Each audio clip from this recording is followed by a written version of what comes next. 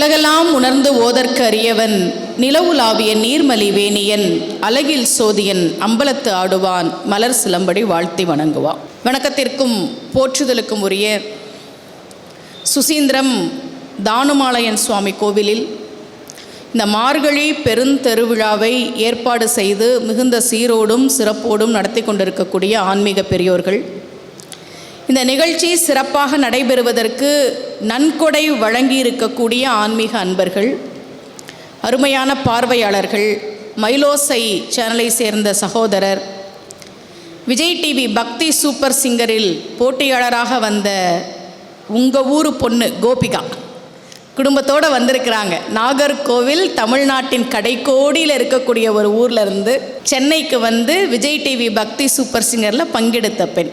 அவருடைய குடும்பத்தாருக்கும் அங்கெங்கே இருந்து இந்த நிகழ்ச்சிகளை கேட்டுக்கொண்டிருக்கக்கூடிய சகோதரர்கள் அத்தனை பேருக்கும் என்னுடைய மிக பணிவான வணக்கம்.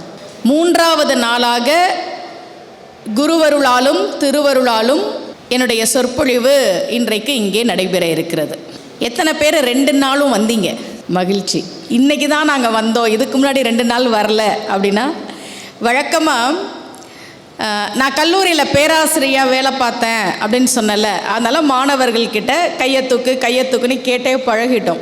ஒருவேளை யாராவது வரலை அப்படின்னா, ஒரு 4 பேர் வரலை அப்படின்னா, முதல் நாள் நடத்தின பாடத்தை மறுபடியும் நடத்துவோம். இப்போ இத்தனை பேர் வரலையா, அப்போ முதல் 2 நாள் பேசுனதை இங்கே பேசலாமா அப்படின்னு யோசித்தாலும் அதுக்கு தான் மயிலோசை சேனல் இருக்குது, எல்லோரும் பார்த்துக்கலாம். ரொம்ப மகிழ்ச்சி. இன்றைக்கு நம்முடைய ஆன்மீகத்தில், நம்முடைய பக்தி இலக்கியத்தில் நமக்கு சொல்லப்பட்டிருக்கக்கூடிய விஷயங்களை உங்களிடம் சொல்கிற ஒரு வாய்ப்பை எனக்கு இந்த மேடை கொடுத்திருக்கிறது. ஆன்மீக அமுதம் அப்படின்றது தலைப்பு. அமுதம்னா என்ன? தேவர்கள் அமுதத்துக்காக தானே போய் பார்க்கடலை கடைஞ்சாங்க. இந்த அமுதத்துக்கு என்ன சிறப்பு அப்படின்னா, அமுதம் சாப்பிட்டா மூப்பு வராது, நோய் வராது, மரணம் வராது. அதனால தான் தேவர்கள் அமுதம் எடுக்கிறதுக்காக பார்க்கடலை கடைஞ்சாங்க. நாமெல்லாம் எங்கே போய் பார்க்கடலை கடையிறது? ஆனால் ஆன்மீகம் நமக்கு அமுதமாக இருந்து நோயிலிருந்தும் துன்பத்திலிருந்தும் மரணத்திலிருந்தும் நம்மை காப்பாற்றி தரும். அதுதான் ஆன்மீக அமுதம். ஏமா மூப்பை விட்டுட்டீங்க அப்படின்னு நீங்கள் நினைக்கிறது எனக்கு தெரியுது. இப்போல்லாம் நரைச்ச தலையை யாரையுமே பார்க்க முடியல, எல்லாரும் கருப்பாக தான் இருக்கிறாங்க. எல்லாருக்கும் மூப்பு வரும். என்னோட சொற்பொழிவில் நான் எப்போவுமே சொல்லுவேன், மனுஷன் வாழ்க்கையில் ஜெயிக்கவே முடியாத விஷயம் 2. எவ்வளோ வேணால் சொத்து வச்சுருக்கட்டும், எவ்வளோ வேணால் உயர்ந்த பதவியில் இருக்கட்டும், அதிகாரத்தில் இருக்கட்டும், என்ன வேணால் இருக்கட்டும், ஒரு மனுஷன் வாழ்க்கையில் ஜெயிக்க முடியாத விஷயம் 2. 1 முதுமை. எவ்வளவு அழகாக இருந்தாலும் முதுமை வரும். ஆதார் கார்டுலேயே அழகாக இருந்தாலும் முதுமை வரும். என் ஆதார் கார்டு இதெல்லாம் பார்த்தா எனக்கே பயமாக இருக்குது, நான் தானா அப்படின்னு. மனுஷன் ஜெயிக்க முடியாத 2 விஷயங்களில் முதல் விஷயம் முதுமை. எவ்வளோ அழகாக இருந்தாலும் முதுமை வரும் சார். 25 வயசில் இருக்கிற துடிப்பு 45 வயசில் சத்தியமாக இருக்காது. 45 வயசில் இருக்கிற சக்தியும் 65 வயசில் நிச்சயமாக இருக்காது.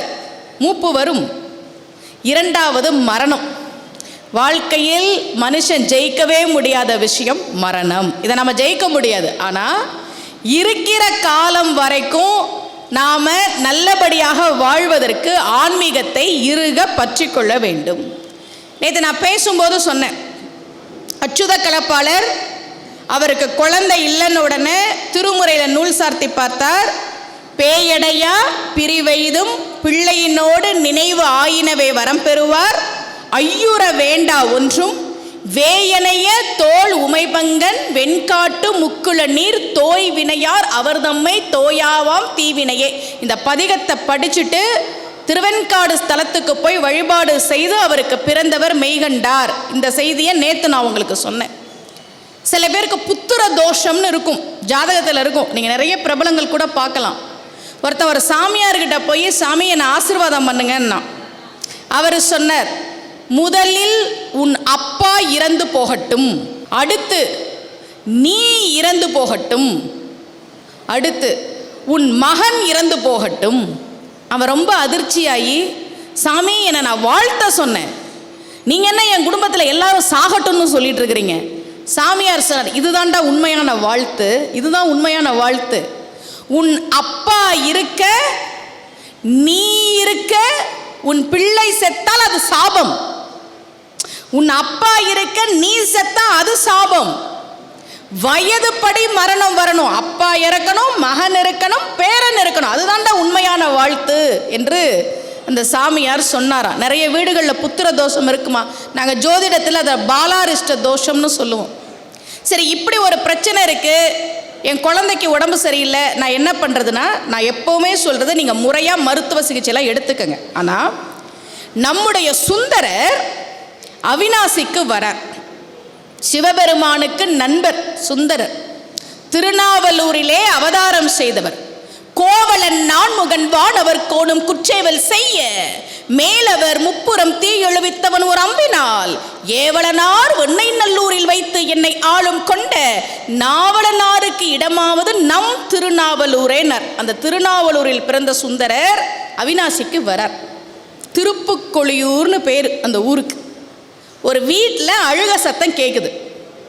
என்னன்னா, அந்த வீட்டில் இருந்த பையனை, அவங்களுடைய குழந்தைய முதல்ல விழுங்கிருச்சு. என் பிள்ளை உயிரோடு இருந்திருந்தால் இன்றைக்கு அவனுக்கு உபநயனம் நடக்குமே, பக்கத்து வீட்டு பையனுக்கு நடக்குதே என்று அந்த பெற்றோர்கள் அழ, அவிநாசியப்பரை பார்த்து சுந்தரர் பதிகம் பாற்றார். உரைப்பார் உறைந்து உல்க வல்லார் தங்கள் உச்சியாய் அரைக்கு ஆடும் அரவா ஆதியும் அந்தமும் ஆகினாய் புரைக்காடு புக்குழியூர் அவிநாசியே கரைக்கால் முதலையை பிள்ளை தர சொல்லு காலனையே என்று சிவபெருமானுக்கு ஆணையிட்டு பதிகம் பாடுறார். பிள்ளை தர சொல்லு, கரைக்கால் முதலையை பிள்ளை தர சொல்லு காலனையை யமன் விழுங்கினானே, யமன் மூலமாக முதலை விழுங்குச்சு, அந்த பிள்ளையை தர சொல் என்று சுந்தரர் ஆணையிட்டு பாட, அந்த பிள்ளை சிவபெருமான் அருளால் வந்ததாக நம்முடைய திருமுறை சொல்கிறது. இது நடக்குமா, உண்மையிலே இப்படி இருக்குமா, இந்த ஆராய்ச்சிக்குள்ளெல்லாம் போக வேணாம். என் பிள்ளைக்கு உடம்பு சரியில்லை, என் பிள்ளை நல்லா இருக்கணும்னா இந்த பதிகத்தை எடுத்து வச்சு படிக்கணும். நேற்று நான் சொன்னேன், யமனை உதைத்த பாதம் சிவனுடைய பாதம், அதனால அந்த பாதத்தை இறுக பிடிச்சுக்கிட்டா நமக்கு நீண்ட ஆயுள் உண்டு அப்படின்னு. திருச்சி பக்கத்தில் திருப்பஞ்சீலி அப்படின்னு ஒரு ஊர் இருக்கு, மணச்சநல்லூர் பக்கத்தில். அங்கே நீலிவனநாதர்னு பேர் சிவபெருமானுக்கு. நீங்கள் அந்த கோயிலுக்கு போனீங்கன்னா ஒரு தனி சந்நிதியில் சிவபெருமான் காலடியில், நான் சொன்னேன்ல ஜனவரி 2ஆம் தேதி மார்கழி திருவாதிரை அன்னைக்கு மிருத்யுஞ்சய மந்திரம் சொல்லி சிவபெருமான வழிபாடு சொல்லுங்க, நேற்று சொன்னா வழிபாடு பண்ணுங்கன்னு. அந்த மிருத்யுஞ்சயரா சிவபெருமான் இருப்பார் அந்த கோவிலில். அவர் பாதத்துக்கு கீழே யமன் படுத்திருப்பான், குழந்தையா சுருண்டு படுத்திருப்பான். அப்போ நம்முடைய ஆன்மீகம், நம்முடைய தெய்வங்கள், நம்முடைய பக்தி இலக்கியங்கள் நமக்கு எல்லா விதத்திலும் நன்மை செய்யும். அதில் உங்களுக்கு சந்தேகமே வேணாம். இது நான் பேசும்போது சொன்னேன், தமிழனுடைய பெருமை தமிழனுக்கே தெரியவில்லை அப்படின்னு. தமிழன் ஏன் தனித்துவமானவனா, உலகத்துக்கு அறம் சொன்னவன். ஒரு நாளும் தர்மத்திற்கு அப்பாற்பட்ட விஷயங்களை தமிழன் செய்தது இல்லை. நீங்க இலக்கியங்களை எடுத்து படிச்சு பாருங்க. தப்பா தீர்ப்பு சொன்னதுக்காக ஒருத்தன் உயிரை விட்டான் சார் மதுரையில், பாண்டிய மன்னன். யோசிச்சு பாருங்க. ஒவ்வொரு கதையிலையும் நீதியை சொன்னாங்க. எங்கேயாவது ஒரு பிரச்சனை பெருசாயிருச்சுன்னு வைங்களேன், பிரச்சனை பெருசாயிருச்சுன்னா பிரச்சனை பூதாகாரமாக வெடித்ததுன்னு சொல்லுவாங்க. கேள்விப்பட்டிருக்கிறீங்களா? ஒரு பிரச்சனை பெருசாச்சுன்னா என்ன சொல்லுவாங்க? பிரச்சனை பூதாகாரமாக வெடித்தது. அதுக்கு என்ன காரணம் தெரியுமா? எப்படி அந்த வழக்கத்துக்கு வந்தது தெரியுமா? ஒரு நாள் கிருஷ்ணர், பலராமன், அர்ஜுனன் 3 பேரும் காட்டில் பயணம் பண்ணிட்டு இருக்கிறாங்க. இரவு நேரம். 3 பேருக்கு முன்னாடியும் ஒரு பூதம் வந்து நிற்குது, நல்ல பெருசாக இருக்கு. அந்த பூதம் சொல்லிச்சு, நீங்கள் 3 பேரும் என்கிட்ட சண்டை போட்டு என்னை ஜெயிச்சா மட்டும்தான் இந்த இடத்தை தாண்டி போகலாம். கிருஷ்ணர் மாயக்கண்ணன், அவருக்கு எல்லாம் தெரியும். அவர் பேசாமல் அமைதியாக இருந்தார். அர்ஜுனன் சொன்னா, என்ன கிருஷ்ணா சண்டைக்கு கூப்பிடுறான், பூதம் சொல்லுச்சு, என்கிட்ட சண்டை போடாமல் நீங்கள் இங்கேருந்து நகரவே முடியாது. கிருஷ்ணன் சொன்னா, 3 பேரும் சேர்ந்து சண்டை போட்டால் சோர்வாயிடுவோம். அதனால முதல் 3 மணி நேரம் அர்ஜுனா நீ சண்டை போடு, நானும் பலராமனும் தூங்குறோம். அடுத்த 3 மணி நேரம் பலராமன் சண்டை போடட்டும், கடைசியாக நான் எந்திரிச்சு சண்டை போடுறேன். ஏன்னா 3 பேரும் ஒரே நேரத்தில் அதுக்கிட்ட சண்டை போட்டோன்னா 3 பேருமே சோர்ந்து போயிடுவோம். சரின்னு பலராமனும் கிருஷ்ணரும் தூங்கிட்டாங்க. அர்ஜுனன் சண்டை போடுறான், அவன் கோபக்காரன். சண்டை போடுறான் ஒரு 3 மணி நேரம். பூதம் திட்டுது, இவன் திட்டுறான், பூதம் அடிக்குது, இவன் அடிக்க போகிறான். 3 மணி நேரம் கழித்து பலராமர் கண்ணை திறந்து பார்க்குறார், பூதம் 3 மடங்கு பெருசாகி நிற்கிது. பலராமர் கிட்ட, டேய் என்னடா பூதம் வளர்ந்துருக்கு? தெரிலடா, அது சண்டை போட நானும் சண்டை போட்டேன், வளர்ந்துக்கிட்டே போச்சு. சரி நீ சண்டை போடு, நான் போய் தூங்குறேன்னு அர்ஜுனன் போய் படுத்துட்டான். இப்போ பலராமன் சண்டை போடுறான், பூதம் பெருசாகிக்கிட்டே போகுது. 3 மணி நேரம் கழித்து கிருஷ்ணரை எழுப்பி விட்டான், அர்ஜுனனும் முழிச்சிட்டான். அது இன்னும் பல மடங்கு பெருசாக நிற்குது. பலராமனும் அர்ஜுனனும் சொன்னாங்க, கிருஷ்ணா சண்டை போட போட இந்த பூதம் பெருசாகிட்டே இருக்கு, நீ என்ன பண்ண போற? நீங்கள் தூங்குங்க, நான் பார்த்துக்கிறேன். இப்போ 3 மணி நேரம் கழித்து கிருஷ்ணர் 2 பேரையும் எழுப்பினார், அர்ஜுனரையும் பலராமரையும். 2 பேரும் முழிச்சு பார்த்தாங்க, பூதத்தை காணோம். என்ன கிருஷ்ணா பூதத்தை காணோம்? இங்கே இருக்கு பார். குனிஞ்சு பார்த்தா கட்ட விரல் அளவுக்கு சின்னதாக நின்றுக்கிட்டு இருக்கு பூதம். எப்படி இந்த பூதம் சின்னதாச்சு? கிருஷ்ணர் பதில் சொன்னா, நீங்கள்லாம் அது சண்டை போட போட அது பெருசாகிக்கிட்டே இருந்துச்சு. அது என்னை சண்டைக்கு கூப்பிட்டுச்சு, டே இடையனேனுச்சு, என் ஜாதியை சொல்லி திட்டுச்சு. ஆடு மேய்க்கிற பயதானடா நீ, என்னை அசிங்கமாக பேசிச்சு, தரக்குறைவாக பேசிச்சு. நான் பதிலே சொல்லாமல் இருந்தேன். சோர்ந்து போய் கொஞ்சமாக சுருங்குச்சு. என்னை அடிக்க வந்துச்சு, பேசாமல் இருந்தேன். கெட்ட வார்த்தை பேசிச்சு, அநாகரிகமாக பேசிச்சு, பேசாமல் இருந்தேன், குறைஞ்சிது. இப்படி 3 மணி நேரம் அது மட்டுமே சண்டை போட்டுக்கிட்டு இருந்ததுனால சோர்வில் சின்னதாயிருச்சு. இப்போ தான் அர்ஜுனனுக்கும் பலராமனுக்கும் ஒரு விஷயம் புரிஞ்சது. நம்மக்கிட்ட ஒருத்தர் சண்டைக்கு வரும்போது நாமளே என்ன சொல்கிற அப்படின்னு சண்டைக்கு போனோன்னா பிரச்சனை பூதாகாரமாக வெடிக்கும். நீ என்ன வேணா கத்து அப்படின்னு அமைதியாக இருந்தால் அவர்களே காணாமல் போய்விடுவார்கள். இந்த கதையை ஏன் ஆன்மீகத்தில் கொண்டு வந்து வச்சாங்க? நாளைக்கு பக்கத்து வீட்டுக்காரர் சண்டைக்கு வருவார், வேணும்னே சீரியல் பார்க்கும்போது டிவியில் சவுண்டை வைப்பார். இன்றைக்கெல்லாம் கார் வாங்குறது ஈஸி சார், காரை நிறுத்துறதுக்கு பார்க்கிங்க்கு தான் கஷ்டப்படுறோம். யாராவது சண்டைக்கு கூப்பிட்டாங்கன்னா போகக்கூடாது. திருவள்ளுவரே சொல்கிறார், உன்னை ஒருத்தன் சண்டைக்கு கூப்பிடுறான், உன்னை ஒருத்தன் கேவலமாக திட்டுறான், நீ அவனுக்கு பதில் சொல்லாமல் இருந்தால் அது தவம் செய்வதை விட மேலானதுங்கிற. உண்ணாது நோற்பர் பெரியர், சாப்பிடாம தவம் இருக்கிறவன் பெரியவன். பிறர் சொல்லும் இன்னாச்சொல் நோற்பாரின் பின். ஆனா தவம் இருக்கிறவனே, உன்னை ஒருத்தன் அசிங்கமா பேசும்போது தரக்குறைவா பேசும்போது அமைதியா இருந்தீன்னா அவனுக்கு பின்னாடி வந்து நிக்கணுங்கிறார். இப்போ ஃபேஸ்புக்கில் என்கிட்டலாம் யாரும் வம்பிழுக்கலன்னு நீங்கள் நினைக்கிறீங்களா? ஆன்மீகம் பேசுறிய, இலவசமாக பேச மாட்டியா? எனக்கு இலவசமாக மளிகை பொருள் தராங்களா? வீட்டு வாடகை எனக்கு இலவசம்ன்றாங்களா? என் பிள்ளைங்களுக்கு ஸ்கூல் ஃபீஸ் இலவசம்ன்றாங்களா? ஒன்றும் இலவசம் கிடையாது. ஆனால் ஆன்மீகம் பேசுகிறவங்க இலவசமாக பேசணும். உனக்கு எல்லாம் தெரிந்தது போல் பேசுகிறாய், நிச்சயமாக உன்னை விட எனக்கு நல்லா தெரியும்டா, அதனால தான் மேடையில் கூப்பிட்டு பேச வைக்கிறேன். இவங்களுக்கெல்லாம் பதில் சொல்லிட்டு இருக்கக்கூடாது. நமக்கு ஆன்மீகத்தை தான் சொல்லி கொடுத்தது. ஒருத்தன் கத்துறானா அவனை தனியாக கத்த விட்டுருங்க. இன்றைக்கி நான் சொல்லி கொடுத்துட்டு போகிறேன். யாராவது நம்ம வீட்டில் இருக்கிறவங்களே சரி, உங்கள் கணவர் திட்டினார்னா அழுவாதீங்க, சிரிங்க. என்ன தெரியுமா கேட்பாரு? நான் திட்டுறேன் நீ சிரிக்கிற. ஏன்னா அவங்க திட்டினா நம்ம அழணும், அதுக்கு தானே திட்டுறாங்க.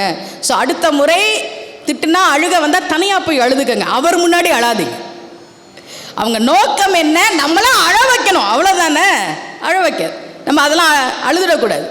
ஆன்மீகன்றது ஒரு மனுஷன் எப்படி வாழணும், எப்படி இருக்கணும், என்ன பண்ணணும், இதையெல்லாம் நமக்கு வகுத்து கொடுத்தது. உலகத்துக்கு சொன்னவன் தமிழன். தமிழர்கள் எல்லாரும் ரொம்ப பெருமைப்படணும். எங்கிட்ட ஜாதகம் பார்க்க வரும்போது ஒருத்தவங்க கேட்டாங்க, அம்மா இந்த மாதிரி என் பையன் ஒரு பக்கம் இருக்கிறான், பொண்ணு ஒரு பக்கம் இருக்குது, 2 பேரும் ஒன்றும் சேரவே இல்லை, சண்டையெல்லாம் கிடையாது, அவங்களுடைய வேலை சூழல்மா, கல்யாணம் ஆனதுலேருந்து ஆளுக்கு ஒரு பக்கம் இருக்கிறாங்க, என்னம்மா பண்ணுறது? 2 பேரும் ஒன்றா இருந்தால் கொஞ்சம் மகிழ்ச்சியாக இருக்கும். நாங்கள் பரிகாரம் வேலை செய்யுமா, நம்ம சொல்கிற மந்திரம் வேலை செய்யுமா, கோவிலுக்கு போய் நாம் வைக்கிற பிரார்த்தனை நிறைவேறுமானா, நான் திரும்ப திரும்ப சொல்கிறது, பொறுமையும் நம்பிக்கையும் இருந்தால் சத்தியமாக நிறைவேறும். எல்லா பாவமும் பண்ணிட்டு கோயிலுக்கு போய் ஒரு 2 விளக்க போட்டு பரிகாரம் பண்ணிட்டேன் சாமி, எல்லாத்தையும் என் கர்மாவெல்லாம் நீக்கி கொடுத்துறேன்னா அப்படி கிடையாது. பொறுமையாக இருக்கணும் பக்தியில். அவங்களுக்கு நான் ஒரு பாசுரம் சொன்னேன். அம்மா, கல்யாணம் ஆனதுலேருந்து ஆளுக்கு ஒரு பக்கமாக இருக்கிறாங்கம்மா. மருமக இங்கே இருக்குது, பையன் வெளிநாட்டில் இருக்கிறான், 2 வருஷத்துக்கு கூட பார்த்துக்கிறாங்க, ரொம்ப கஷ்டமாக இருக்குமா, என்னம்மா பண்ணுறது? நான் போகிற போக்கில் ஒரு பாசுரம் யதார்த்தமாக சொன்னேன். ஆழ்வாருடைய பாசுரம். சீதை அசோகவனத்தில் இருக்கிறாள். ஆஞ்சநேய சுவாமி ராமபிரானுடைய கனையாழியை கொண்டு போய் கொடுக்குறார். இதை ஆழ்வார் ரொம்ப அழகாக பாடுறார். நம்பிக்கையோட ஒரு விஷயத்தை நீங்கள் கேட்கிற போது தெய்வம் கொடுக்குமானா கொடுக்கும் சார். நம்மக்கிட்ட வந்து நீ விநாயகரை கும்பிடாத, ராமனை கும்பிடாத, அந்த சாமியை கும்பிடாத, இந்த சாமியை கும்பிடாத, கிருஷ்ணரை கும்பிடாத, எல்லா சாமியும் ஒன்று தான். அருணகிரிநாதர் திருப்புகழில் ராமரையும் கிருஷ்ணரையும் சேர்த்து தான் பாடினார். முருகனை தானே பாடுறார், அருணகிரியார் முருகனை தானே பாடுறார். ஆனால் எல்லா தெய்வங்களையும் அம்பிகையா பாடியிருக்கிறார், சிவனை பாடியிருக்கிறார். முக்கியமாக ராமனையும் கிருஷ்ணரையும் பாடி அவனுடைய மருமகனேன்னு தான் அருணகிரியார் எல்லா பாட்டிலையும் பாடியிருக்கிறார், எல்லா திருப்புகளையும் பாடியிருக்கிறார். இப்போ தெய்வங்களை நாம் வணங்கினால் நமக்கு நல்லது நடக்குமானா நல்லது நடக்கும். இன்றைக்கி ஒரு வீடியோ பார்த்தேன் சார் காலையில். இன்றைக்கெல்லாம் உழைச்சி சாப்பிடணுன்ற எண்ணமே குறைஞ்சி போச்சு. நமக்கெல்லாம் அடுத்தவன் சொத்துக்கு ஆசைப்படாத, யாரையும் ஏமாத்தாத, திருடாத, இப்படி தானே சொல்லி கொடுத்தாங்க. இப்போ ஒரு வீடியோ இன்னைக்கு காலையில் பார்த்தேன். ஒரு கோயிலில் ஒரு வயசான பாட்டி நிற்கிறாங்க. 3 பெண்கள், மிஞ்சி போனால் 35 வயசு இருக்கும் அவங்களுக்கு, அவ்வளோவே தான். அந்த 3 பெண்களும் இந்த பாட்டியை சுற்றி நிற்கிறாங்க. இந்த பக்கம் ஒரு பொண்ணு, இந்த பக்கம் ஒரு பொண்ணு கூட்டத்தில் நிற்கிற மாதிரி. பின்னாடி இருக்கிற பொண்ணு பாட்டியோட செயினை கடிச்சு எடுக்கிறாங்க சார். சிசிடிவி ஃபுட்டேஜ் இன்னைக்கு ரிலீஸ் பண்ணியிருக்கிறாங்க. பாட்டி நடக்க முடியாது. இதுங்க 35 பேர் போய் உழைச்சி சாப்பிட்லாம். சாமி பற்றின பயம் இல்லை, கோவில் ஒரு புனிதமான இடம்ன்ற பயம் இல்லை, பாவ புண்ணியத்துக்கு பயப்படுற மனசு இல்லை, கர்ம வினைக்கு பயப்படுற அந்த மனசே போயிடுச்சு இன்னைக்கு. எப்படி சார் துணிஞ்சு இவ்வளவு பாவம் பண்ணுறாங்க? நாமெல்லாம் நல்லவங்களா இருக்கிறதுக்கு காரணம் என்ன தெரியுமா? திரும்ப திரும்ப திரும்ப திரும்ப சாமி கண்ணை குத்துன்னு சொல்லி பழகினதுனால தான். சின்ன வயசில் அம்மா வடை சுட்டு வச்சுருப்பாங்க, அதை எடுக்க போனால் கூட சாமி கண்ணை குத்தும். அங்கே ஆரம்பித்தது நம்ம பயம். சாமி கண்ணை குத்துன்ற பயத்தில் தான் நாமெல்லாம் முடிஞ்ச வரைக்கும் நல்லவங்களாக இருந்தோம். இன்னைக்கு இல்லையே சார். ஏன் இப்படி ஒரு சொற்பொழிவு ஐயா ஏற்பாடு பண்ணுறாங்க, நம்ம தெய்வீக நாடக இயல் இசை மன்றம் ஏற்பாடு பண்ணுறாங்க, எத்தனை பேர் இதுக்கு நிதி கொடுக்குறாங்க யோசிச்சு பாருங்கள். ஒரு நிகழ்ச்சி நடக்கணும்னா அதுக்கு நிதி முக்கியம். ஏன்னா நம்ம ஆன்மீகத்தில், நம்ம பக்தி இலக்கியத்தில் இருக்கக்கூடிய விஷயங்கள் மக்களை போய் சேர வேண்டும் அப்படின்றதுனால தான். எத்தனைய அறத்தை நம்முடைய இலக்கியம் நமக்கு சொல்லி கொடுத்துரு. இப்போ ராமன் சார், ராமாயணத்துலேருந்து நான் ஒரு செய்தி சொல்கிறேன் பாருங்க. ராமன் அரசாட்சி பண்ணணும், தசரதன் முடிவெடுத்துட்டான். நீங்கள் நல்லா நான் சொல்ல கேட்டுட்டே வாங்களேன். தசரதன் ஒரு நாள் முடிவெடுக்கிறார் சார். அயோத்தியின் அரசனாக ராமனை முடிசூட்டுறதுன்னு முடிவெடுத்துட்டான். கைகேயி மனசை கெடுத்தது கூனி. அந்த கதையெல்லாம் உங்களுக்கு தெரியும், நான் இப்போ விரிவாக பேச நேரம் இல்லை. நல்லா தெரிஞ்சுக்கங்க, உங்கள் வீட்டு விஷயம் உங்களோட இருக்கிற வரைக்கும் நல்லது. எப்போ 3வது மனுஷனை உள்ளே விடுறீங்களோ அன்றைக்கு அந்த குடும்பம் பிரியும், யாரும் மாற்ற முடியாது. கூனியால் தான் கைகேயி மனசு மாறிச்சு. அவள் வரம் கேட்குறா தசரன் கிட்ட, ராமன் காட்டுக்கு போகணும், என்னுடைய மகன் பரதன் அரசாளணும். இதை ராமன் கிட்ட சொல்றா சார்.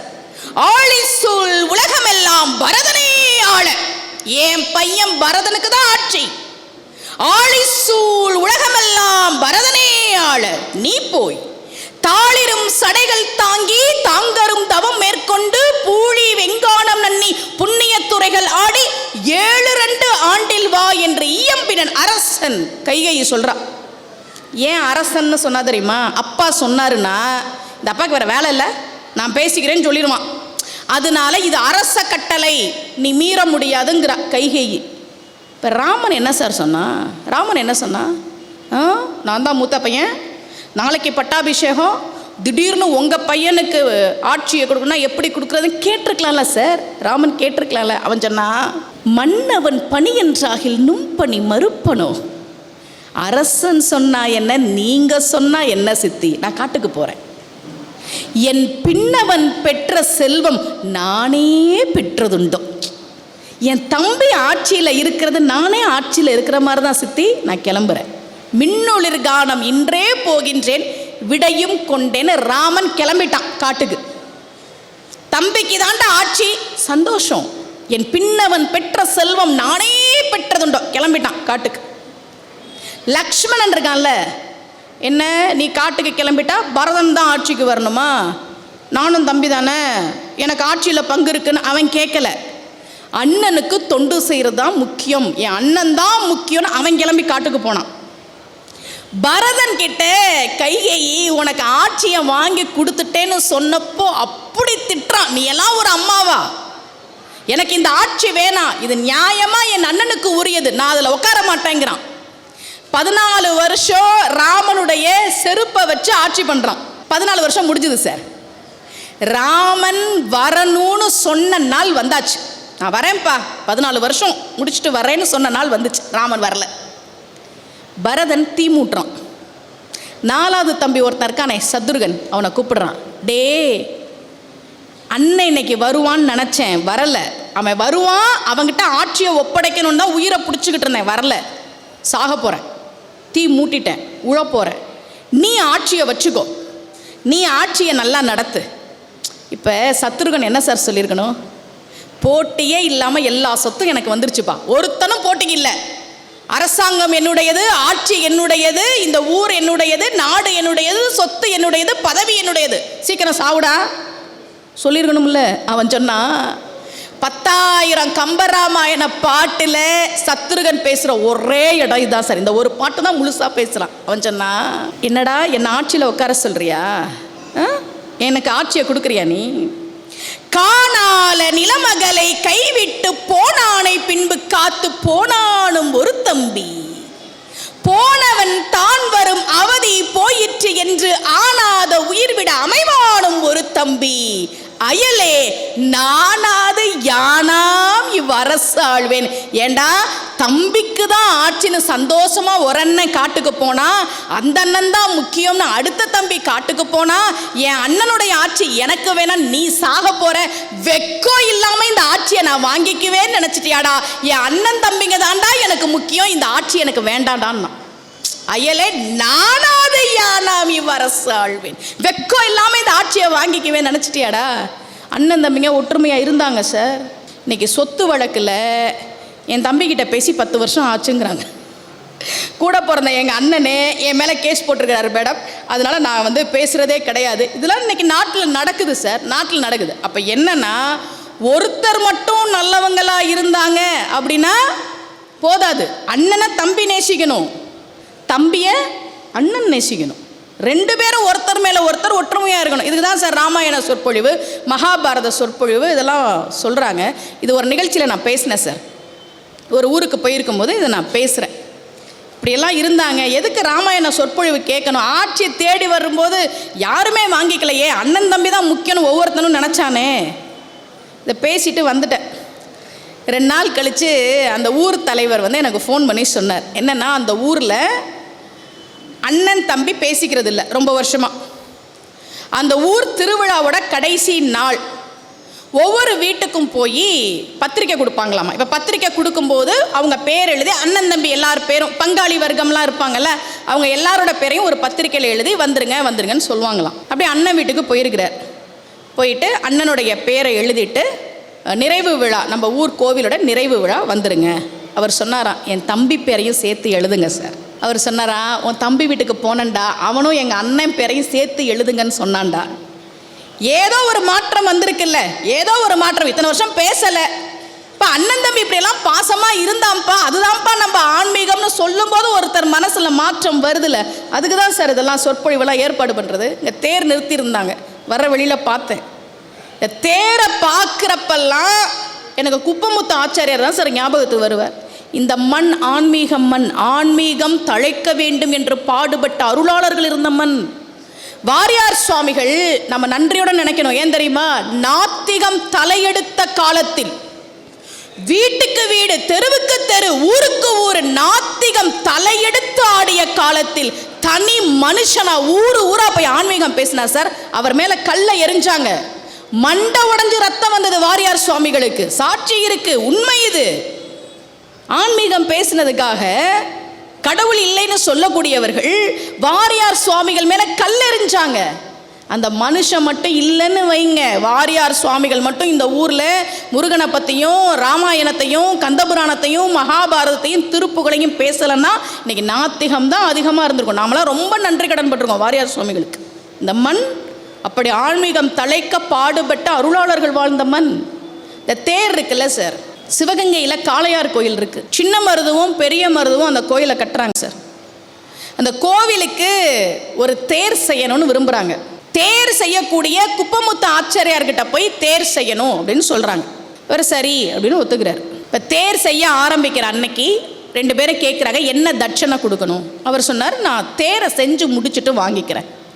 தேர் தயாராகிடுச்சு. காளையார் கோயிலில் தேர் திருவிழா. எப்போவுமே தேர் திருவிழானா அந்த ஊரினுடைய முக்கிய பிரமுகர் தான் வடம் பிடித்து தேரை இழுத்து வைப்பாங்க. கோவில் தலைவராக இருக்கலாம், ஊர் தலைவராக இருக்கலாம், அமைச்சராக இருக்கலாம், இது வழக்கம் தானே. இப்போ சின்ன மருதுவும் பெரிய மருதுவும் தான் சிவகங்கை பகுதியை அவங்க ஆட்சி செய்கிறாங்க. இவங்க வடம் பிடிச்சி இழுக்கிறாங்க, தேர் நகரலை சார். தேர் நகரவே இல்லை. எல்லாரும் ஏதோ தெய்வ குத்தம் ஆயிடுச்சு போல இருக்கேன்னு பேசுகிறாங்க. அப்போ பெரிய மருதுக்கு ஞாபகம் வருது, இந்த தேரை செய்து கொடுத்தவருக்கு நாம் கொடுக்க வேண்டிய தட்சணையை இன்னும் கொடுக்கல, அதை பாக்கி வச்சுருக்கோம் குப்பமுத்து ஆச்சாரியார்கிட்ட. அதனால் முதல்ல அதை கொடுத்துட்டு வருவோன்னு குப்பமுத்து ஆச்சாரியாரை கூப்பிடுறாங்க. குப்பமுத்து ஆச்சாரியார்கிட்ட பெரிய மருது கேட்கிறார், ஐயா இந்த தேர் செஞ்சதுக்கு உங்களுக்கு தட்சணை கொடுக்கணும், தேர் நகரில் உங்களுக்கு என்ன வேணும் கேளுங்க. குப்பமுத்து ஆச்சாரியார் சொன்னார், இன்று ஒரு நாள் இந்த பகுதிக்கு நான் அரசனாக இருக்க வேண்டும்னார். எவ்வளோ கோபம் வந்திருக்கும். ஆனால் பெரிய மருதுவும் சின்ன மருதுவும் கொடுத்த வாக்கை காப்பாற்றணும்னு, நீங்கள் தான் இன்று ஒரு நாள் இந்த சிவகங்கை சமஸ்தானம் இந்த பகுதிக்கு அரசன், நீங்கள் தான் வடம் பிடிச்சு தேர் திருவிழாவை துவக்கி வைங்க. இவர் வடம் பிடிச்சு இழுக்கிறார், தேர் நகர்ந்துருச்சு. ஆனால் இவர் கீழே விழுந்துட்டார். அவர் மேலே தேர் சக்கரம் ஏறிடுச்சு. குற்றுயிரும் குலை உயிருமாக கிடக்கிறார் குப்பமுத்து ஆச்சாரியார். பெரிய மருது ஓடி வரார், சின்ன மருது துடிச்சு போறார். ஐயா கொஞ்சம் கவனமாக இருந்திருக்க கூடாதுங்களா? சுற்றி நின்னவங்களாம் பேசினாங்க, தெய்வமே தண்டனை கொடுத்துருச்சுப்பா, இன்னைக்கு ஒரு நாள் இவன் அரசனாக இருக்கணுமாமே, சாமிக்கே பொறுக்கலை பாரு. குப்பமுத்து ஆச்சாரியார் சொன்னார், பெரிய மருதுவையும் சின்ன மருதுவையும் பார்த்து, நான் தேர் செய்கிறதுக்கு முன்னாடி விநாயகரை தான் நாங்கள் முதல்ல செய்வோம், அதுதானே வழக்கம், விநாயகருக்கு தானே முதல் வணக்கம். விநாயகருடைய சிலையை நான் செய்ய ஆரம்பிக்கும் போதே முதல்ல தந்தம் செய்ய ஆரம்பித்தேன், தந்தம் உடைஞ்சது. 2வது முறை ஆரம்பித்தேன், அப்பவும் தந்தம் உடைஞ்சது. 3வது முறை செய்ய ஆரம்பித்த போதும் தந்தம் உடைந்தது. உடனே நான் தேர் சாஸ்திரத்தை எடுத்து பார்த்தேன். இப்படி ஒரு தேரை செய்ய ஆரம்பிக்கிற போது 3 முறை அந்த தந்தம் உடைந்து போனால் தேர் திருவிழா அன்றைக்கு அந்த நாட்டினுடைய அரசன் அந்த தேர் சக்கரத்தில் அடிபட்டு இறந்து போவான் என்று தேர் சாஸ்திரம் சொன்னது. அதனால்தான் உங்கள் உயிரை காப்பாற்றுறதுக்காக இன்று ஒரு நாள் நான் அரசனாக இருக்கணும்னு கேட்டேன், நான் கிளம்புறேன்னு குப்பமுத்து ஆச்சாரியர் இறந்து போனார். நீங்கள் இருந்து காளையார் கோயிலை பத்திரமா பார்த்துக்கங்க.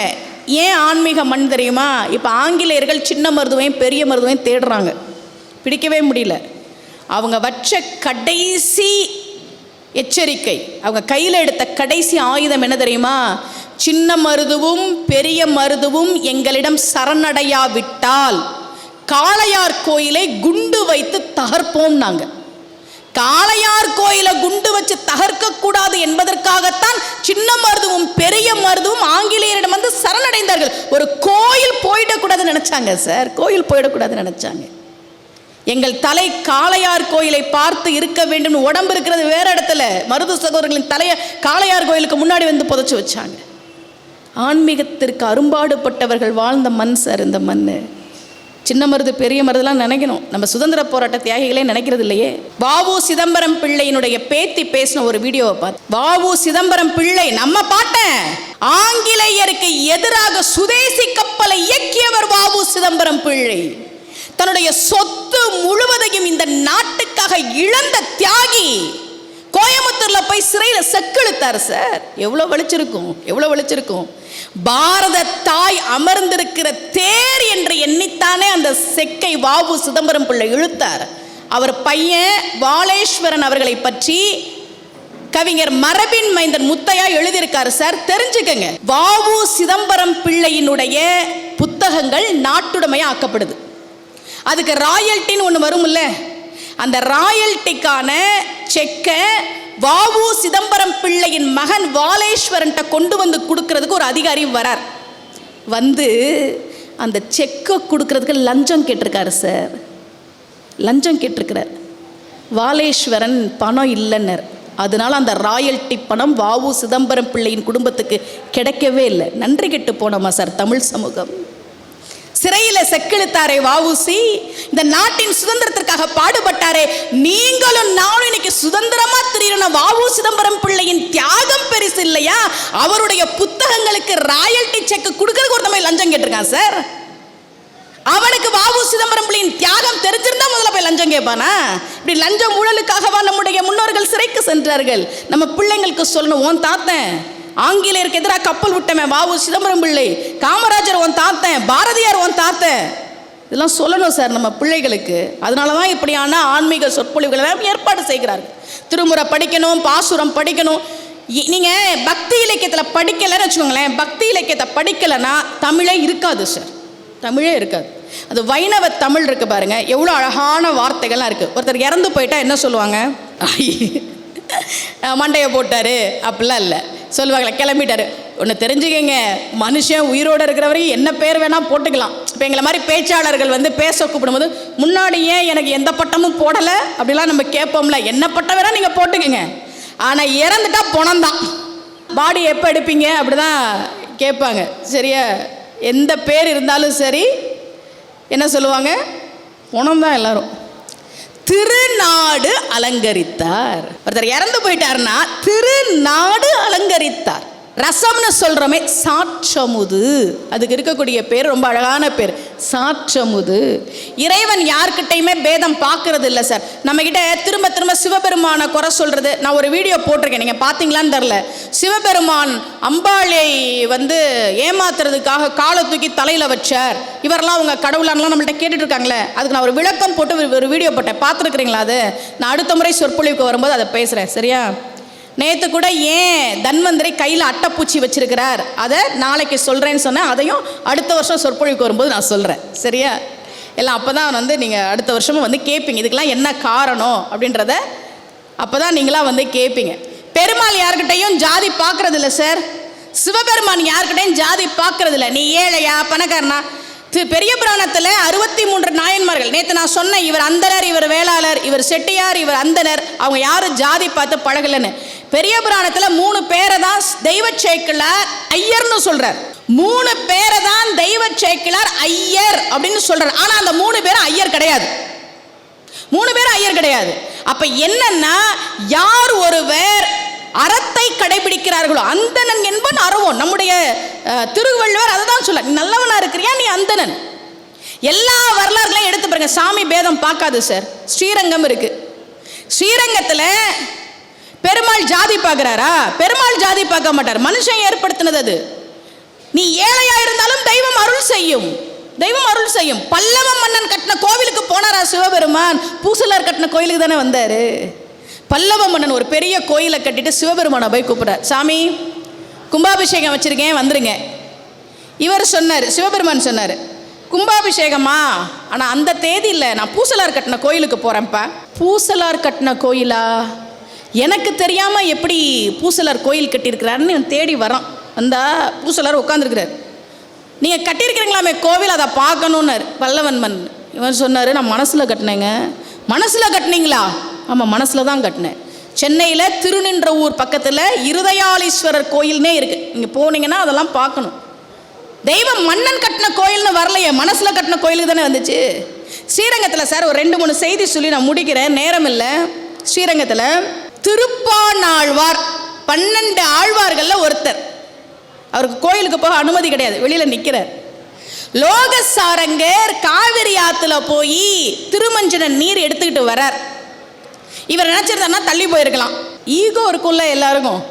இவர் திருப்பாணாழ்வார் நவுருன்னார். திருப்பாணாழ்வார் மனசுக்குள்ள ரங்கநாதரை தரிசனம் பண்ணிட்டு இருக்கிறார். இவர் நகரல. உடனே ஒரு கல் எடுத்து அடிச்சார், நெத்தியில இருந்து ரத்தம் வந்தது. லோகசாரங்கர் ஸ்ரீரங்கம் கோயிலுக்குள்ள போறார், திருமஞ்சன நீர் எடுத்துட்டு போறார், பெருமாள் நெத்தியில ரத்தம் வந்தது. பெருமாள் சொன்னாரா, நீ எப்படி எனக்கு பக்தனோ அதே போலதான் அவனும் என் பக்தன். என் பக்தனை காயப்படுத்த உனக்கு உரிமை இல்லை. நீ அடித்த திருப்பாணாழ்வாரை உன் தோளில் சுமந்து கொண்டு வா என்று பெருமாள் சொன்னதாக நம்முடைய பக்தி இலக்கியம் சொல்லுதுன்னா, கடவுள் யார்கிட்டையும் பேதம் பார்ப்பது இல்லை. பச்சை மாமலை போல் மேனி, பவழவாய், கமல செங்கன், அச்சுதா அமரர் ஏரே, ஆயர்தம் கொழுந்தே என்னும் இச்சுவை தவிர யான் போய் இந்திர லோகம் ஆளும் அச்சுவை பெரினும் வேண்டேன் அரங்கமா நகருள்ளாளே. சாமி வேதம் பார்க்குதா? நம்ம கிட்ட வந்து சார் உங்கள் சாமி வந்து பேதம் பார்க்குது, உன் சாமி எப்படி, இதெல்லாம் நீங்கள் கேட்டுக்காங்க. சாமி கும்பிடுங்க, நம்ம நல்லா இருப்போம். நம்ம பிள்ளைகளுக்கு அதை தான் சொல்லி தரணும். இளைய தலைமுறைக்கு மரியாதையே இல்லை. நான் நேற்றும் சொன்னேன், முந்தா நேற்றும் சொன்னேன், பிள்ளைகளுக்கு கொஞ்சம் கொஞ்சமாக கீழ்ப்படுகிறது. மரியாதைனா என்ன, சாமி கும்பிடு, பணிவாயிரு, இதெல்லாம் சொல்லித்தரணும். இனத்தை அழிக்கிறதுனா என்ன தெரியுமா? குண்டு போட்டு அழிக்கிறது மட்டும் இன அழிப்பு கிடையாது சார். அடுத்த இளைய தலைமுறை மனசை கெடுத்துட்டா அதுவே இன அழிப்பு தான். அந்த இனம் அழிஞ்சு போகும், அவ்வளோதான். நம்ம இனத்தை நாம் காப்பாற்றிக்கணும்னா அடுத்த தலைமுறைக்கு நாம் இதெல்லாம் சொல்ல வேண்டிய கட்டாயத்தில் நாம் இருக்கிறோம். இன்றைக்கி நிறைய பேர் முருகனை கும்பிடுறாங்க. எனக்கு ரொம்ப மகிழ்ச்சி, ரொம்ப சந்தோஷம். நிறைய பேர், நான் 2015 முதல் முறை அமெரிக்கா போனேன் சார். முதல் முறை 2015 போனேன். அங்கே கடவுள் இல்லைன்றத ரொம்ப பெருமையாக பேசுவாங்க. நம்மளாம் சாமி கும்பிட்றாங்களாம் பயப்படணும். நான் சாமி கும்பிட்றேன்னு சொல்கிறதுக்கே பயப்படணும். என்ன சாமியெல்லாம் கும்பிடுவீங்களா, என்னங்க இவ்வளோ பிற்போக்காக இருக்கிறீங்க? 2015 சார் கடவுள் இல்லைன்னு சாமி கும்பிடாதது தான் அதிகம். இப்போ 2025 2 முறை அமெரிக்கா போனேன். போனதெல்லாம் கோவிலுக்கு தான் பேச போனேன். ஆடிக்கூழ் திருவிழாவுக்கு பேச போனேன் சார். நான் ஆடிக்கூழ் திருவிழாவில் பேசினேன். ஆடி வெள்ளியும் அப்படி கும்பிடுறாங்க அங்கே. கிருஷ்ண ஜெயந்திக்கு அங்கே தான் இருந்தேன், 1 மாதம் இருந்தேன் அமெரிக்காவில். கிருஷ்ண ஜெயந்திக்கு அங்கே தான் இருந்தேன். வரலட்சுமி விரதம் அப்படி கும்பிடுறாங்க. நம்ம தமிழ்நாட்டில் கூட அப்படி கும்பிட மாட்டோம். வரலட்சுமி விரதம் அப்படி கும்பிடுறாங்க. நிறைய கோவில்களை கட்டியிருக்காங்க. அப்போ இந்த 10 வருஷத்தில் சார் எது சார் அவங்கள மாற்றுச்சு? எனக்கு என்ன ஆச்சரியம்னா, 2015 கடவுள் இல்லை கடவுள் இல்லைன்னு சொன்னவங்க தான் அதிகம். இன்றைக்கி 2025 இத்தனை கோவில்கள் வந்திருக்கு. இவ்வளோ வழிபாடுகள், அலுவலகத்துக்கு போயிட்டு வந்து வரலட்சுமி நோன்பு விரதம் இருக்கிறாங்க, கிருஷ்ண ஜெயந்தி சாமி கும்பிட்றாங்க, ஆடி வெள்ளிக்கு கூழ் ஊற்றுறாங்க. எப்படி இந்த மாற்றம் வந்தது சார்? எல்லாரும் இறைவனை உணர்ந்த காரணத்தால் தான் தெய்வம்னு ஒன்று இருக்குது. அதில் ஒருத்தர் வந்து என்னை ரொம்ப கிண்டல் பண்ணிட்டு இருந்தார் 2015. இந்த வருஷம் 2025 அவருடைய மனைவி விஜய் டிவியில் பக்தி சூப்பர் சிங்கரோட முருகன் பாடல்கள் சுற்றுலாம் பார்த்துட்டு பழனிக்கு ஒரு முறை பாத யாத்திரை போனோம். அடுத்த முறை நாங்கள் இந்தியா வரும்போது இவரும் வரேன்னு சொல்லியிருக்கிறாருன்னா எனக்கு ஆச்சரியம். ஏன்னா உங்கள் கணவர் வராரா அப்படின்னு. அவர்கிட்ட நான் கிண்டல் பண்ணுறேன், என்ன சார் என்ன சாமியெல்லாம் இல்லைன்னு சொன்னேன். மேடம் நடக்கிறது உடம்புக்கு நல்லது தானே மேடம்ங்கிறார் அவர். அப்போ கூட மீசையில் மண் ஒட்டினாலும் நடக்கிறது நல்லது. நல்லா தெரிஞ்சுக்கங்க, நேற்று நான் சொன்னேன்ல, கலீலியோ சொன்னதை அமுதாம்பிகை பிள்ளை தமிழ்ல நம்ம பக்தி இலக்கியம் தமிழ் இலக்கியம் சொல்லியிருக்கு அப்படின்னு. ஜப்பான் நாட்டை சேர்ந்த ஒரு மருத்துவர், அவர் பேரு யோஷினேரி ஒசூமி, அவருக்கு நோபல் பரிசு கொடுத்துருக்குறாங்க சார். ஏன் நோபல் பரிசு கொடுத்தாங்க தெரியுமா? அவர் ஒரு விஷயம் கண்டுபிடிச்சிருக்கிறார். தொடர்ந்து 24 மணி நேரத்துக்கு மேலே நீங்கள் சாப்பிடாம இருந்தா உங்க உடம்புல இருக்கக்கூடிய கெட்ட செல்கள் அழிந்து போகும், உடம்புல இருக்கக்கூடிய நோய்கள் தீரும், முக்கியமாக கேன்சர் மாதிரியான நோய்கள் கூட தீரும். அதற்கு ஒரே வழி 24 மணி நேரத்திற்கு மேல் சாப்பிடாமல் இருப்பதுன்னு கண்டுபிடிச்சிருக்கக்கூடிய ஜப்பானிய மருத்துவர் யோஷினேரி ஒசூமிக்கு நோபல் பரிசு கொடுத்துருக்காங்க. அட பாவிகளா, எங்க முன்னோர்கள் விரதத்தில் அதை தாண்டா வச்சாங்க. சஷ்டிக்கு விரதம் இரு, சதுர்த்திக்கு விரதம் இரு, ஏகாதசிக்கு விரதம் இருன்னு நம்ம முன்னோர்கள் விரதத்தை தான் வச்சாங்க. முதல்ல சாமி கும்பிடுறத விரதம் இரு. இதை கண்டுபிடிச்சவருக்கு நோபல் பரிசெல்லாம் கொடுத்துருக்காங்க. நம்ம எப்பவுமே வெளிநாட்டுக்காரர் சொன்னாதான் கேட்போம், தமிழர்கள் சொன்னால் நம்ம கேட்க மாட்டோம். வெளிநாட்டுக்காரர்கள் சொன்னாதான் எவ்வளோ பெரிய விஷயம்லாம் அவங்க சொல்கிறாங்கப்பா அப்படின்னு. உலகம் உருண்டை அப்படின்னு கண்டுபிடிச்சாங்க சார். சுழன்றும் ஏற்பினது உலகம் நான் வள்ளுவன், சுழன்றும் ஏற்பினது உலகம். அறிவியல் கடவுளை ஏற்றுக்கல, சரியா, ஏற்றுக்கல. ஆனால் பிரபஞ்சம் யூனிவர்ஸ்னு ஒன்று இருக்குன்றத அறிவியல் ஏற்றுக்குது, சரியா. அறிவியல் என்ன சொல்லுது?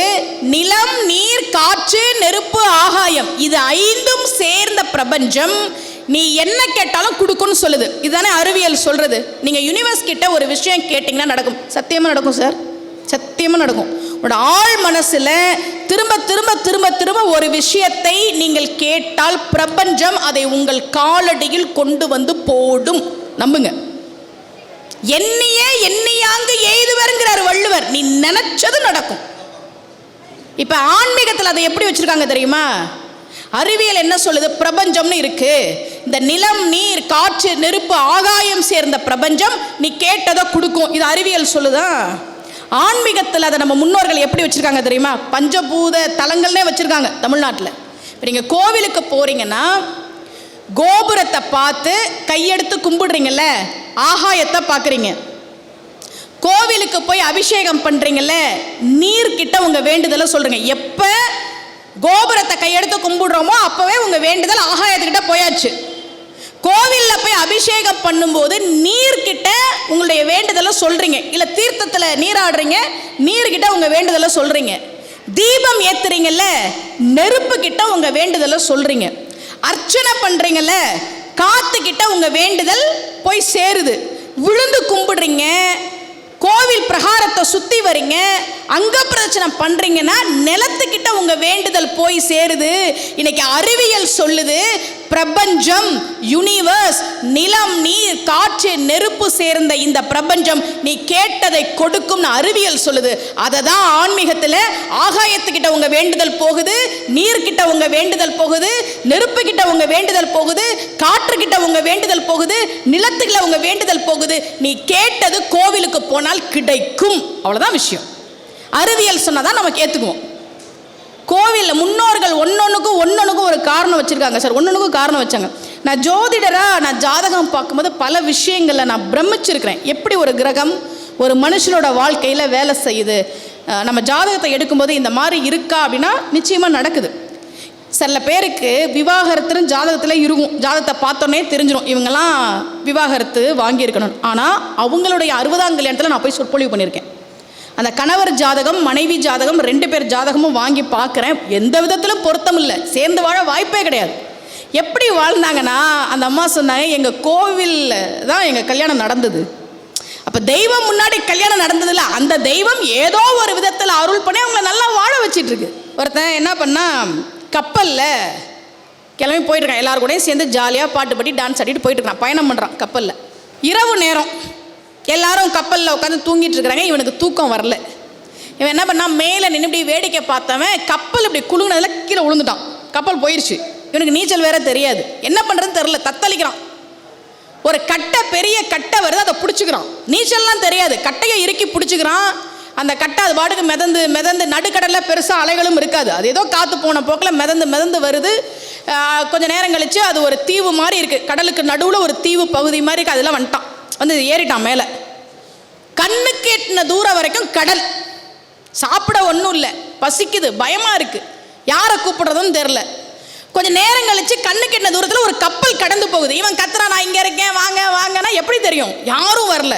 இந்த பக்கம் ஒரு கப்பல் போகுது. இவன் கடவுளை திட்டுறான், கடவுளே நான் கடலில் கீழே விழுந்தேன், நீ என்னை காப்பாற்றினியா?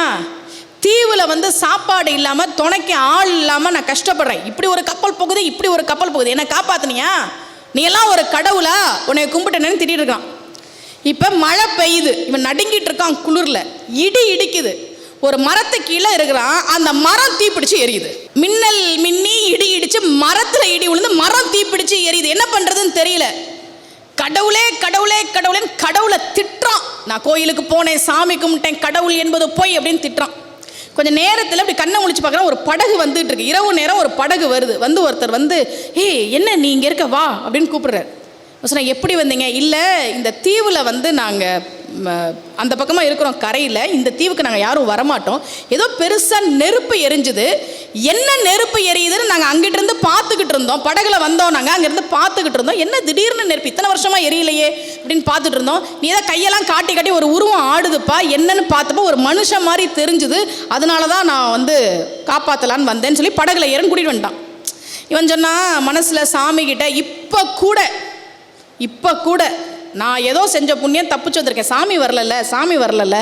கடவுள் தலையில் ஒரு தட்டு தட்டி, டேய் நீ கீழே உழுந்தோன்னா கட்டையை அனுப்புனது நான், உன்னை பத்திரமா கொண்டு வந்து தீவில் விட்டது நான், ஒருத்தனை உன்னை கண்டுக்காமல் இருக்கிறான் அப்படின்னு மரத்தில் நெருப்பை பிடிக்க வச்சு அவனை இங்கே வர வச்சது நான், இப்போ நான் உனக்கு ஒன்றும் பண்ணலையா அப்படின்னு கேட்டாராம். அப்போ என்னன்னா, கஷ்டம் வரும்போதெல்லாம் சாமி ஒன்றும் பண்ணலை, இல்லை சாமி நல்லது பண்ணிக்கிட்டு இருக்கு. மரம் தீப்பிடிச்சு எரியுதுன்னா அது நம்ம நல்லதுக்கு. அப்போ ஒரு கஷ்டம் வருதுன்னா தெய்வம் என்னை காப்பாற்றும் அப்படின்னு நம்பணும். அபிராமி பட்டரை சரபோஜி மன்னர் இன்னைக்கு வானத்தில் நிலா வரலன்னா உன் கதை முடிஞ்சுதுன்னார் சார், முடிஞ்சுதுன்னார். சரபோஜி மன்னர் இன்னைக்கு என்ன திதி அப்படின்னு கேட்டப்ப மனசுல அபிராமி அன்னையை நினைத்து கொண்டிருந்த அபிராமி பட்டர் இன்னைக்கு பௌர்ணமி திதின்ட்டார். அம்பாளுடைய முகம் அப்படி, வானத்தில் நிலா வரலன்னா அப்புறம் இருக்கு. பயப்பில்லையே அபிராமி பட்டர், பயப்பில்லையே. உரிய கட்டி தொங்க விட்டுருக்குறான் மன்னன், ஒவ்வொரு பாட்டுக்கும் அறுத்துக்கிட்டே வரான். நீ பாட்டை முடிக்கும் போது வானத்தில் நிலா வரணும். பயந்தாரா அபிராமி பட்டர்? புலம்புனாரா? அந்த சினிமாவில் வேணா அம்பிகையே அபிராமியே பதில் சொல்லு அப்படின்னு கேட்குற மாதிரி சினிமாவில் வச்சுருந்தாங்க. நிஜத்தில் அவர் கேட்கல. ஒவ்வொரு பாட்டாக பாடிக்கிட்டே போகிறார். விழிக்கே அருள் உண்டு அபிராமவல்லிக்கு வேதம் சொன்ன வழிக்கே வழிபட நெஞ்சுண்டு எமக்கு, அவ்வழி கிடக்க பழுக்கே சுழன்று வெம் பாவங்களே செய்து பால் நரக குலுக்கி அழுந்தும் கயவர் தம்மோடு என்ன கூட்டு இனியே வானத்தில் பௌர்ணமி நிலா வந்தது. நம்பிக்கை. அமாவாசை அன்னைக்கு பௌர்ணமி வருமா? அறிவு கேட்கும்ல சார், கேட்கும்ல. அது எப்படிங்க அமாவாசை அன்னைக்கு பௌர்ணமி வரும்? அமாவாசை அன்னைக்கு பௌர்ணமி வராது. ஆனால் உன் வாழ்க்கையில் ஒரு அமாவாசை இருட்டு உன்னை கவுக்கணும்னு வரும்போது அம்பிகை பௌர்ணமியை போல வந்து உன் வாழ்க்கையில் வெளிச்சத்தை சத்தியமாக நிச்சயமாக தருவாள். என்ன பண்ணுறதுன்னு தெரியலம்மா, எங்கே போகிறதுன்னு தெரியல, எல்லாரும் என்னை ஏமாத்திட்டாங்க, என்ன பண்ணுறதுன்னு தெரியல, வாழ்க்கையே இருட்டாக இருக்குமான்னு சோர்ந்து உட்காந்துருக்கும் போது அம்பாளை நீங்கள் கும்பிட்டீங்கன்னா அவள் வந்து நிற்பான். சிவபெருமானை கூப்பிட்டீங்கன்னா அவர் வந்து நிற்பார். பெருமாளை கூப்பிட்டீங்கன்னா வந்து நிற்பார். விநாயகர், முருகன் எல்லா தெய்வங்களையும் இறுக்கி பிடிச்சிங்க. முடிஞ்ச வரைக்கும் சாமி கும்பிடுங்க. பிள்ளைகளை நல்லபடியாக வளர்த்துருங்க. வருஷம் முடிய போகுது, இன்னும் ஒரு 4 மணி நேரம் தான் இருக்குது புத்தாண்டு வர்றதுக்கு. எல்லாருக்கும் என்னுடைய புத்தாண்டு வாழ்த்துக்கள். இந்த புத்தாண்டில் உங்கள் மனசில் இருக்கக்கூடிய ஆசைகள், கனவுகள், லட்சியங்கள் எல்லாம் நிறைவேறணும். எல்லாருக்கும் நிறைய பொருளாதார முன்னேற்றம் கிடைக்கணும், பதவி உயர்வு, சம்பள உயர்வு எல்லாம் கிடைக்கணும், நல்ல ஆரோக்கியம் கிடைக்கணும். திருமணத்துக்கு காத்துக்கிட்டு இருக்கிறவங்களுக்கு நல்லபடியாக திருமணமாகணும். குழந்தை பேரு கேட்பவர்களுக்கு நல்லபடியாக குழந்தை பிறக்கணும். நிம்மதி வேணுமா? பணம் நிறைய இருக்குது, நிம்மதி வேணும் என்பவர்களுக்கு நிம்மதி கிடைக்கணும். இறையருள், குருவருள், திருவருள் உங்கள் எல்லாருக்கும் பரிபூர்ணமாக கிடைக்கணும். இந்த வருஷம் தான் தேர்தலும் வருது. வாக்காளர் பட்டியலில் பேர் சேர்த்துருங்க. பேர் இல்லைன்னா படிவத்தை நிரப்பி கொடுத்து பேரை சேர்த்துருங்க. பொறுப்பாக ஓட்டு போடுங்க. நம்முடைய இளைய தலைமுறைக்கு நம்ம ஆன்மீகத்தை சொல்லுங்கள், பக்தி இலக்கியத்தை சொல்லுங்கள், நம்மளுடைய தமிழ் முன்னோர்களுடைய பெருமைகளை சொல்லுங்கள். கொரியன் சீரிஸ் உட்காந்து பார்க்குங்கள்ல, இந்த பிடிஎஸ்னு வேற பாடிக்கிட்டு இருந்துச்சுங்க பிள்ளைங்க. கொரியாவில் இருக்கிறாங்க அவங்கள. அந்த கொரியாவில் இருந்ததே உன் பாட்டி தான் தெரியுமா? நம்ம எல்லாருக்கும் பொதுவானவள் தான் அந்த பாட்டி. பாண்டிய நாட்டில் ஒரு செம்பவளம், அந்த பாட்டி பேர் ஞாபகத்தில் வச்சுக்கோங்க. எங்கேயாவது நீங்கள் கொரியாக்காரனை மீட் பண்ணால் நீங்கள் சொல்லுங்கள், செம்பவளம் குயின் இருக்காங்களா, அவங்க ஊருனா கொரியாக்காரன் உங்களை கையெடுத்து கும்பிடுவான். செம்பவளம் குயினோட ஊர்லேருந்து வரியாப்பா நீ அப்படின்னு. அப்போ நம்ம பெருமைகளை வ.உ. சிதம்பரம் பிள்ளை போன்றவர்கள், நம்ம மகாகவி பாரதி போன்றவர்களுடைய தியாகங்களை எல்லாம், பெருமைகளை எல்லாம் தமிழ் இனம் உணரணும், நன்றியோடு இருக்கணும் என்று சொல்லி தொடர்ந்து 3 நாட்கள் இந்த மேடையில் பேசுனதில் எனக்கு ரொம்ப மகிழ்ச்சி. ரொம்ப மனநிறைவான ஒரு மேடை. ஏன்னா சில ஊர்கள்லாம் என்ன பேசினாலும் நீ என்ன வேணால் பேசு, அவங்க குடும்ப கதையை பேசிகிட்டு இருப்பாங்க, கைத்தட்ட மாட்டாங்க. ஒரு ஊரில் ஒருத்தர் இப்படின்னாரு, இவ்வளோ நேரம் பேசுனதுக்கு நீங்கள் ஒருத்தர் தாயா கைத்தட்டினீங்கண்ணே, கொசு கடிக்குதுமான்னாரு. அதனால் நல்லா ரசிச்சிங்க, நல்ல மக்கள். ரொம்ப ஒரு மனநிறைவோடு நான் போகிறேன். அனைவருக்கும் இனிய புத்தாண்டு வாழ்த்துக்கள். புத்தாண்டில் மறுபடியும் இந்த மேடையில் நான் வந்து சொற்பொழிவு பண்ணும்போது உங்கள் எல்லாரையும் சந்திக்கிறேன். நன்றி, வணக்கம். திருக்கோவில் நிர்வாகத்தின் சார்பிலும் ஊர் பொதுமக்கள் சார்பாகவும் சுசீந்திரம் தெய்வீக இயலிசை நாடக சங்கத்தின் சார்பிலும் நன்றியை தெரிவித்துக் கொண்டு இந்நிகழ்ச்சியின் உபயதாரர் இரவிபுதூர் கே. இசைச்செல்வன் அவர்கள் நினைவு பரிசை வழங்கி கௌரவிப்பார். உபயதாரர் ஐயா இசைச்செல்வன் அவர்களுடைய பாதங்களில் என்னுடைய நன்றியை சமர்ப்பிக்கிறேன். நன்றிங்கய்யா.